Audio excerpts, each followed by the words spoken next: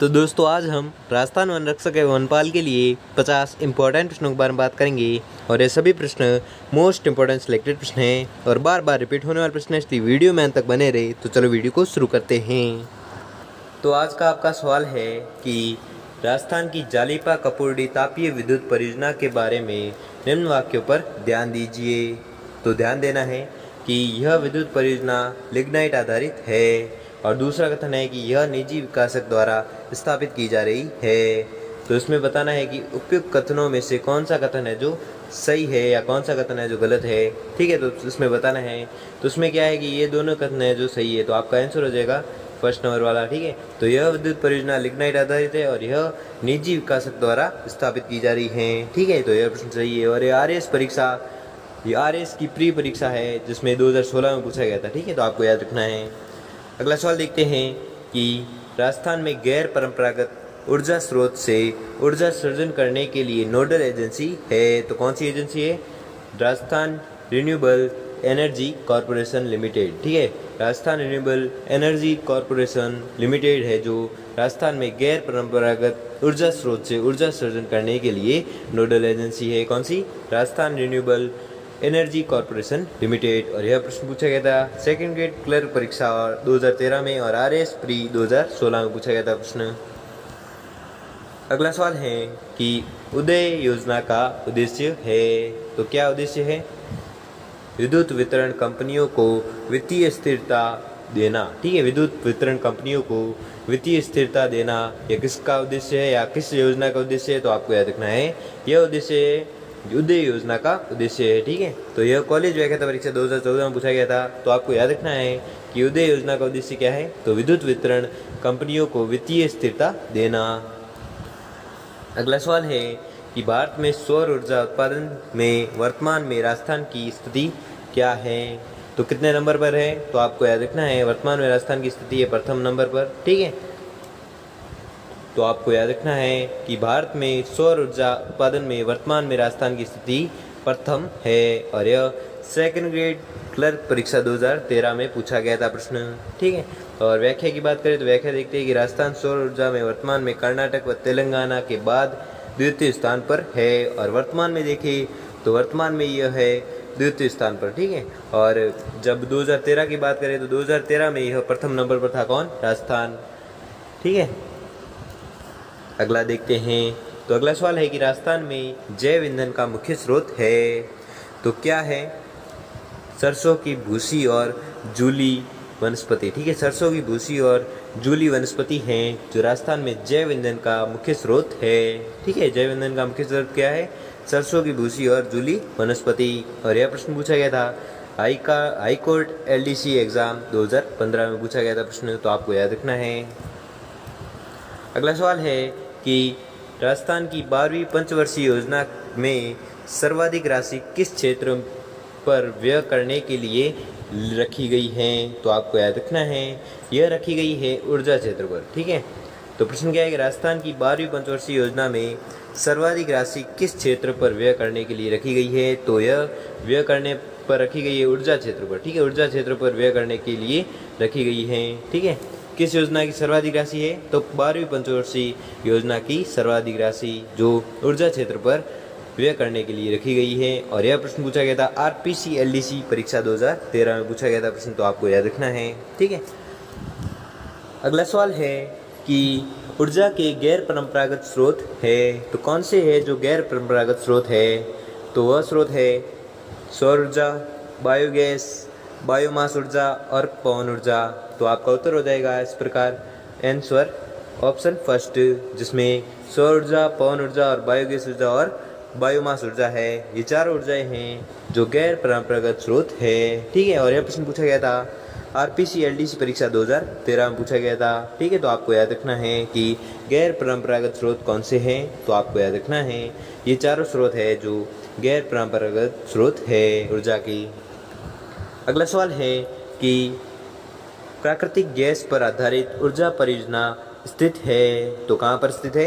रामगढ़ में। ठीक है, क्या है प्रश्न? प्राकृतिक गैस पर आधारित ऊर्जा परियोजना स्थित है। तो कहाँ पर स्थित है? रामगढ़ में स्थित है। और यह प्रश्न पूछा गया था सेकंड ग्रेड क्लर्क GK परीक्षा 2011 में पूछा गया था कि प्राकृतिक गैस पर आधारित ऊर्जा परियोजना स्थित है कहाँ पर, रामगढ़ में। अगला सवाल है कि राजस्थान के किस जिले में छबड़ा तापीय ऊर्जा केंद्र स्थित है, तो आपको याद रखना है यह स्थित है बारां जिले में। ठीक है, तो क्या स्थित है, छबड़ा तापीय ऊर्जा केंद्र, और कहाँ पर स्थित है, बारां जिले में। और यह प्रश्न पूछा गया था RTET या रीट लेवल सेकंड परीक्षा 2012 में पूछा गया था। ठीक है, अगला सवाल है कि सौर ऊर्जा एंटरप्राइज क्षेत्र निम्न में से किन जिलों में है, तो आपको याद रखना है यह है जोधपुर, बाड़मेर और जैसलमेर में। ठीक है, जोधपुर, बाड़मेर और जैसलमेर में है जो सौर ऊर्जा एंटरप्राइज क्षेत्र है, किन जिलों में, जोधपुर, बाड़मेर और जैसलमेर में है। और यह प्रश्न पूछा गया था राजस्थान पुलिस कांस्टेबल परीक्षा 2012 में पूछा गया था कि सौर ऊर्जा एंटरप्राइज क्षेत्र किन जिलों में है, तो आपको याद रखना है जोधपुर, बाड़मेर और जैसलमेर जिले में। अगला सवाल है कि राजस्थान में गैस आधारित थर्मल पावर स्टेशन कहाँ पर स्थित है, तो आपको याद रखना है यह स्थित है धौलपुर जिले में। ठीक है, धौलपुर जिले में क्या स्थित है, राजस्थान में गैस आधारित थर्मल पावर स्टेशन स्थित है कहाँ पर, धौलपुर में। और यह प्रश्न पूछा गया था राजस्थान पुलिस कांस्टेबल परीक्षा 2013 में पूछा गया था कि राजस्थान में गैस आधारित थर्मल पावर स्टेशन कहाँ पर स्थित है, तो आपको याद रखना है धौलपुर में स्थित है।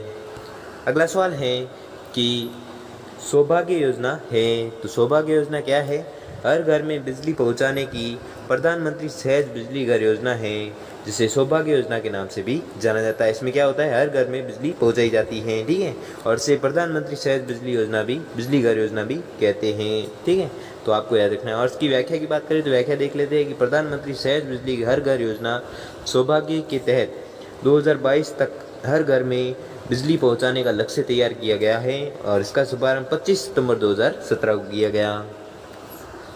अगला सवाल है कि परमाणु बिजली घरों को यूरेनियम फ्यूल बंडल उपलब्ध कराने का हैदराबाद के बाद देश का दूसरा न्यूक्लियर फ्यूल कॉम्प्लेक्स कहाँ स्थापित किया गया, तो आपको याद रखना किया जाएगा, तो आपको याद रखना है यह किया जाएगा रावतबाटा जो चित्तौड़गढ़ में है और यह स्थापित किया भी गया है। ठीक है, तो व्याख्या की बात करें तो व्याख्या देख लेते हैं कि 9 सितंबर 2017 को देश के परमाणु ऊर्जा आयोग के अध्यक्ष एवं विख्यात वैज्ञानिक डॉक्टर शेखर बसु ने इसका शिलान्यास किया था। और इसका शिलान्यास कब किया, 9 सितंबर 2017 को, और किसने, डॉक्टर शेखर बसु ने। और एक ये महान या विख्यात वैज्ञानिक भी हैं और एक अध्यक्ष भी है। ठीक है, परमाणु ऊर्जा आयोग के अध्यक्ष भी हैं, कौन, डॉक्टर शेखर बसु, जिन्होंने स्थापित किया गया देश का दूसरा न्यूक्लियर पर फ्यूल कॉम्प्लेक्स स्थापित किया कहाँ पर, रावतबाटा कहाँ पर है, चित्तौड़गढ़ में।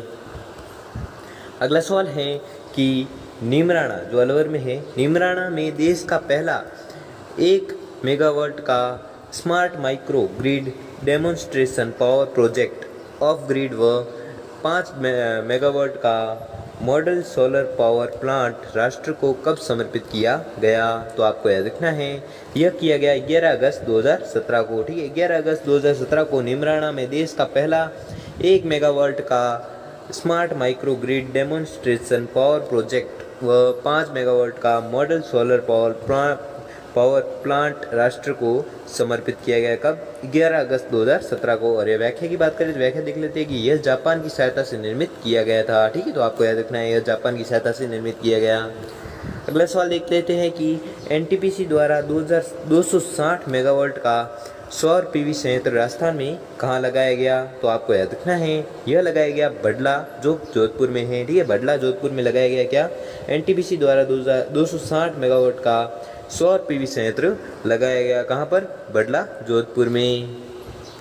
और व्याख्या देख लेते हैं कि व्याख्या है कि इसे फरवरी मार्च 2017 में कमीशन किया गया था। तो इसे कमीशन कब किया गया, फरवरी मार्च 2017 में कमीशन किया गया।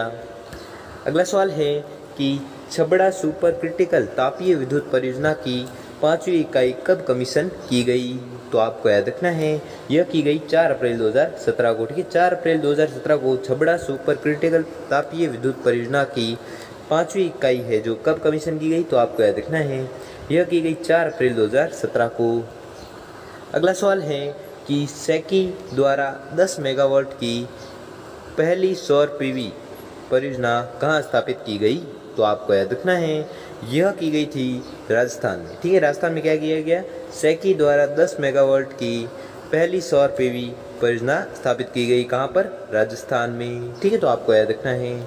और व्याख्या की बात करें तो व्याख्या देख लेते हैं कि योजना मार्च 2016 में जोधपुर में स्थापित की गई। ठीक है, योजना मार्च 2016 में जोधपुर में स्थापित की गई। ठीक है, अगला देख लेते हैं कि मेमर्स रिलायंस ग्रीन पावर लिमिटेड द्वारा 150 मेगावाट का धूड़सर पोखरण जैसलमेर में स्थापित सोलर पावर प्लांट कब कमीशन किया गया? तो आपको याद रखना है, यह कमीशन किया गया 26 फरवरी 2016 को। ठीक है, 26 फरवरी 2016 को मेमर्स रिलायंस ग्रीन पावर लिमिटेड द्वारा 150 मेगावाट का धूड़सर पोखरण जैसलमेर में स्थापित सोलर पावर प्लांट कब कमीशन किया गया? तो आपको याद रखना है, यह कमीशन किया गया 26 फरवरी 2016 को।